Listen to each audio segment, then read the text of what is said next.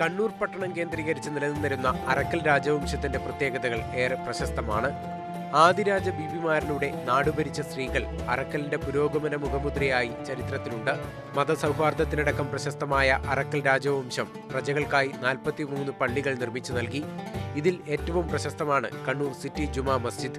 600 വർഷം മുൻപ് സ്ഥാപിച്ച ജുമാ മസ്ജിദാണ് രാജകുടുംബത്തിന്റെ അധീനതയിലുള്ള പള്ളികളിൽ ഏറ്റവും പ്രശസ്തമായത്.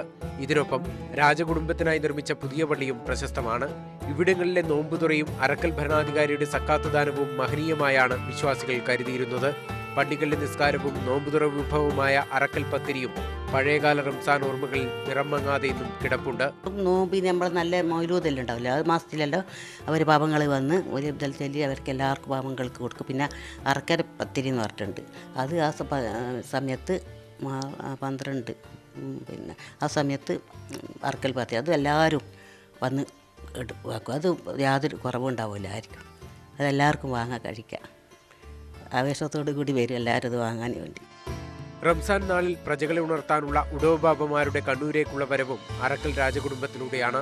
സാംസ്കാരിക രംഗത്തടക്കം സ്വാധീനം ചെലുത്തിയ ഇത്തരം നിരവധി സംഭാവനകൾ കണ്ണൂരിന് സമ്മാനിച്ചതിൽ അറക്കലിനും അതിനു കീഴിലെ റംസാൻ ആഘോഷങ്ങൾക്കും പങ്കുണ്ട്. രാജഭരണം വിട്ട് ജനാധിപത്യത്തിലേക്ക് നാടുമാറിയിട്ടും അറക്കൽ പത്തിരിയും പള്ളിയിലെ റംസാൻ ആഘോഷങ്ങളും വർഷങ്ങൾക്കിപ്പുറവും വിശ്വാസികൾക്കിടയിൽ നിറയുന്നത് അവ ചെലുത്തിയ സ്വാധീനത്തിന്റെ ബലത്തിൽ തന്നെയാണ്.